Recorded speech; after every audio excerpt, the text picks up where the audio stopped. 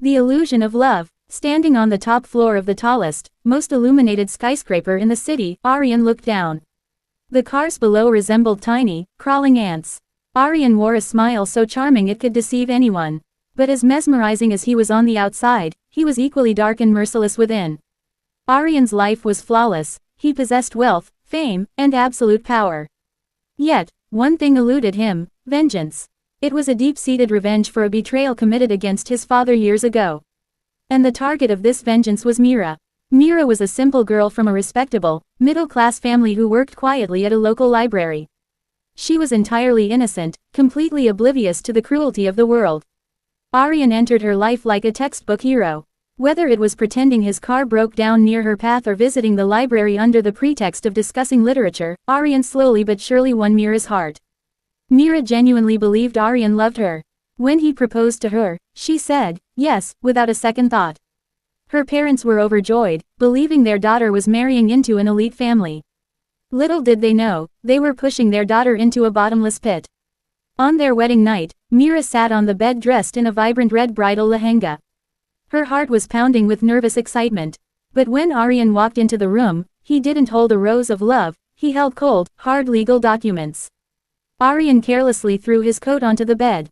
The gentle, loving smile Meera had fallen for was completely gone, replaced by an expression of pure malice. "What is this, Aaryan?" Meera asked trembling, looking at the papers thrown before her. "This is the warrant for your father's ruin, Meera." Aaryan's voice carried an icy chill. "Sign it. Years ago, your father betrayed mine in business. Today, it's time to settle the score." Meera's lips quivered. You're joking, right? Our marriage. Aaryan laughed hysterically, his voice echoing sharply through the room. "Marriage was simply the key to reach you. I don't love you, Meera. I hate you. I hate every single person in your family." That very night, Aaryan forced Meera to sign over all of her father's assets to his name and threw her out of his house in utter humiliation. Unable to bear the shock of the sudden ruin, Meera's father suffered a massive heart attack and passed away. Stricken by grief, Meera's mother lost her sanity. Meera, who lived like a princess until yesterday, was now stranded on the streets. She had no home, no father, and no trace of the man she had loved with all her soul. The birth of hatred. The rain poured down mercilessly. Meera sat by the pavement, sobbing uncontrollably. Her red bridal dress was ruined, covered in mud and grime. The tears streaming down her face blended into the falling raindrops. "Why am I crying?" Meera suddenly stopped weeping. The innocence that once defined her eyes slowly vanished, replaced by a flickering flame of rage. "Aaryan mocked my love. He killed my father. I cannot just die like this. I must live, for revenge." Meera decided that the old, fragile Meera was dead. What emerged from the ashes was the fire of pure hatred. Meera vanished from the city completely. No one knew where she went. Aaryan assumed she had committed suicide out of despair and, completely relieved, focused entirely on expanding his empire. 2 years passed. Aaryan's business had expanded globally. His younger brother, Kabir, had recently returned from London after completing his studies. Kabir was the only soft spot in Aaryan's life. Aaryan loved him dearly and would do anything for him. One evening, Kabir attended a high-profile party. There, he met an exceptionally stunning, mysterious, and wealthy woman named Maya. Her style, her demeanor, and her magnetic charm instantly captivated Kabir, who fell madly in love at first sight. Kabir began pursuing Maya. Though she initially played hard to get, she gradually allowed Kabir into her inner circle. Kabir felt like he had found the most perfect woman in the world. A few weeks later, Kabir invited Maya to his mansion for dinner, eager to introduce her to his older brother, Aaryan. The hunter and the hunted. Aaryan was reviewing files for a new project when Kabir walked into the room.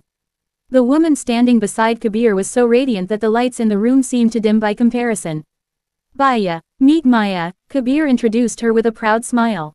The moment Aaryan looked up, his pen slipped from his fingers. A cold shiver ran down his spine. Maya's face instantly reminded him of someone. Meera. However, Maya's look was entirely different. She had a modern, short haircut, wore sophisticated high-fashion clothing, and her eyes carried an unshakable confidence. Masking his shock, Aaryan composed himself and said, "Pleasure to meet you, Maya." Maya smiled and extended her hand. "Likewise, Aaryan. Kabir speaks very highly of you." When their hands met, Aaryan felt a strange jolt. He tried desperately to read her face, but Maya was an open book written in a language he couldn't understand. During dinner, Maya spoke with sharp intelligence. Aaryan watched her every move. When Kabir briefly stepped outside to answer a phone call, Aaryan leaned in closer. You look incredibly familiar. Have we met before? Maya sipped her wine gracefully, her eyes locking onto his. Perhaps in a past life, Aaryan. Or maybe in your worst nightmares. She stared directly into his eyes, where a chaotic mix of suspicion and attraction was beginning to brew. Aaryan couldn't comprehend why he felt so drawn to Maya, knowing she was his brother's love interest. But that was exactly Maya's plan, to lure Aaryan into her trap. Slowly, Maya began to distance herself from Kabir, showing more interest in Aaryan's business ventures instead. She orchestrated private meetings with Aaryan. Aaryan, who prided himself on being the sharpest player in the game, began to lose his footing against Maya's seductive intellect. Blinded by lust and obsession, he forgot about his brother completely. One evening, Maya invited Aaryan over to her penthouse. The room was softly lit by candles, and smooth music played in the background. Aaryan pulled Maya into his arms. Maya, I will talk to Kabir. I cannot let you belong to anyone else. I want to marry you. Maya smiled subtly, resting her head against his chest. I want the same, Aaryan. But you need to do one small thing for me first. What is it? Aaryan asked, completely captivated. Transfer your company's primary share certificates to my name. I want us to be equal business partners before we become life partners, Maya said with calculated innocence. Blinded by his infatuation, Aaryan agreed without a second thought. The very next morning, he legally transferred 50% of his company shares to Maya. The ultimate downfall. The day after the shares were transferred, Aaryan's company stock suddenly crashed. The media blew up with reports of massive financial fraud linked to Aaryan's firms. The police were already at his doorstep. A panicked Aaryan rushed to Maya's penthouse. The moment he stepped inside, the world shattered beneath his feet. Kabir sat on the couch, weeping in betrayal, while Maya stood in the center of the room. She held the legal transfer documents in her hand, flanked by a prominent lawyer and a senior police officer. Maya, what is the meaning of this? Who liquidated my company shares? Aaryan roared in desperation. Maya took a step forward. She removed her modern sunglasses and let down her hair. The sophisticated persona vanished, leaving behind the piercing, vengeful gaze of the woman he had ruined 2 years ago. Not Maya, Meera. Her voice struck the room like a thunderbolt. Aaryan stumbled back in sheer horror. Meera, you're alive. Yes, Aaryan, I am alive, solely to witness your destruction, Meera hissed, throwing the documents directly in his face. 2 years ago, you exploited my innocence. You used my love as a shield to destroy my father. Today, I have taken away the things you love most, your brother's respect, your wealth, and your massive ego. Kabir looked up, his eyes red with tears. Baya, Meera showed me everything. How could you commit such a disgusting crime against her? I am ashamed to call you my brother. Aaryan desperately tried to reason with him. Kabir, listen to me. This woman is lying. She is our enemy. The only enemy you have, Aaryan, is yourself, Meera intervened coldly. I have handed over every piece of evidence regarding your black money and corporate fraud to the police. The shares you blindly handed over to me. I dumped them in the market, reducing your entire empire to ashes.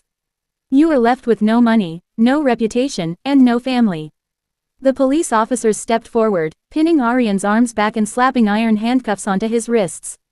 Aaryan cried out to Kabir as he was being pulled away, but Kabir turned his back on him, refusing to look. Aaryan then looked at Meera one last time. She wore a victorious smile that cut through him deeper than any blade. In love, a person becomes blind, Aaryan, but in hate, every single debt is remembered and repaid. Meera uttered her final words as the police dragged him out into the corridor. Meera looked out of the glass window. The rain was still pouring heavily outside, but the fire burning within her heart for 2 long years had finally been extinguished. She had avenged her father. She had won the battle, but to win it, she had sacrificed her innocence forever.